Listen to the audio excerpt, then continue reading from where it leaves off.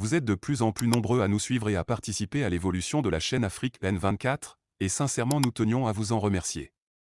Nous lisons tous vos commentaires qui enrichissent le débat et vraiment nous vous demandons de nous soutenir, en aimant les vidéos pour une large diffusion, et pour continuer à avoir une ligne éditoriale indépendante, et vous proposer de nouvelles émissions toujours de plus en plus enrichissantes. Ne restons pas passifs, soyons actifs. Merci et à bientôt. Niger. Nouvelle poussée de manifestations contre la présence militaire française. Une fois de plus, des Nigériens se sont rassemblés devant une base militaire française à Niamey, réclamant le retrait des 1500 soldats français déployés sur leur sol.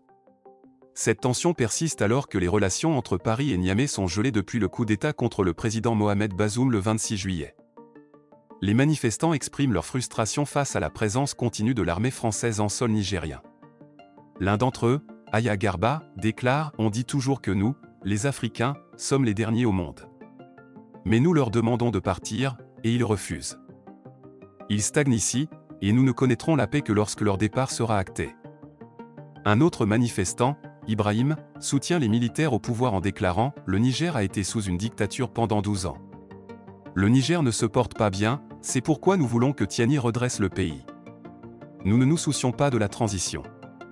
Nous voulons qu'il poursuive son travail, le travail nécessaire pour le Niger. » Les généraux au pouvoir à Niamey ont dénoncé plusieurs accords de coopération avec la France et exigent que Paris retire ses troupes. La situation se tend entre les nations sahéliennes et la France, qui est coincée dans une position inflexible, cherchant en vain une solution à la crise provoquée par le coup d'État militaire du 26 juillet au Niger. Le vendredi précédent, le président français Emmanuel Macron a déclaré que l'ambassadeur de France à Niamey était pris en otage par les autorités au pouvoir et ne se nourrissait plus que de rations militaires. Paris ne reconnaît pas les nouvelles autorités nigériennes et refuse donc le départ de l'ambassadeur Sylvain Ité, réclamé par les nouvelles autorités qui ont renversé le président Mohamed Bazoum, actuellement en détention dans son palais. Selon Bakary Samb, directeur du Timbuktu Institute de Dakar, l'entêtement irréaliste de Macron et son discours paternaliste ont nui à la diplomatie française dans ce dossier. Il ajoute que la crainte que le départ du Niger ne déclenche une réaction en chaîne dans toute la région a peut-être pesé sur l'inflexibilité française. Malheureusement, la France est maintenant piégée dans un cercle vicieux. L'évolution récente de la rhétorique d'Emmanuel Macron à l'égard de la situation au Sahel suscite des interrogations quant à la position de la France dans la région. Loin d'adopter une diplomatie en douceur, le président français a opté pour un ton de plus en plus direct et assertif, signe, selon certains experts, d'une certaine frustration face à la complexité de la situation. Alors que la France est engagée depuis plusieurs années dans la lutte contre le terrorisme et l'instabilité dans la région sahélienne, la situation s'est considérablement détériorée ces derniers mois.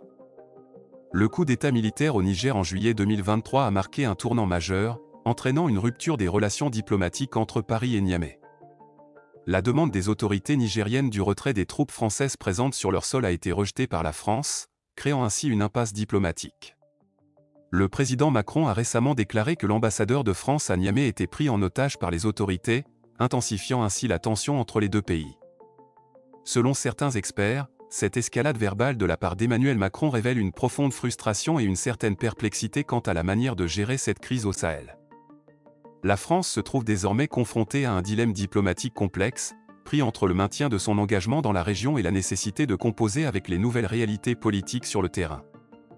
Bien que cette analyse ne provienne pas uniquement d'un seul analyste politique, elle reflète une préoccupation croissante parmi les observateurs de la politique étrangère française en Afrique. La France se trouve désormais dans une situation délicate au Sahel, cherchant désespérément une issue à cette crise qui semble s'aggraver. La diplomatie française dans la région est confrontée à un test difficile, et l'avenir des relations entre la France et les pays sahéliens demeure incertain.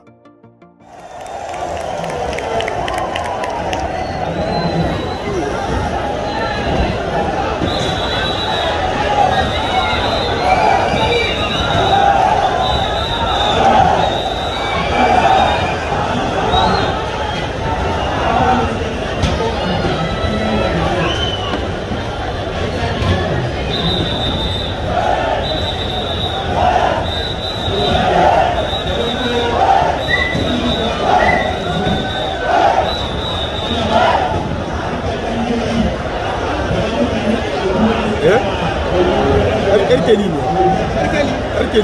naka dai amma shi ne ma ban gashi ba Nous voici à la fin de ce Flash Info, et nous espérons vivement qu'il vous a été agréable.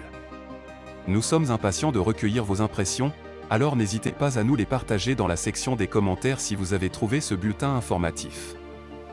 En outre, nous avons remarqué que de nombreux spectateurs n'ont pas encore souscrit à notre chaîne. Votre soutien est crucial pour nous permettre de continuer à créer du contenu captivant pour l'Afrique des libertés. Pour nous encourager, veuillez cliquer sur le bouton j'aime. Exprimez votre soutien en appréciant et en partageant cette vidéo afin d'aider l'algorithme YouTube. N'oubliez pas non plus de vous abonner et d'activer la cloche de notification pour être tenu informé de nos prochains bulletins d'information. Dans notre engagement continu à promouvoir le progrès positif en Afrique, nous vous remercions de nous suivre. À bientôt. Likez la vidéo si ce n'est pas déjà fait. Laissez aussi votre point de vue en commentaire. Abonnez-vous et cliquez aussi sur la petite cloche de notification pour ne rien rater de nos prochaines vidéos. N'oubliez pas de partager aussi la vidéo et de la liker.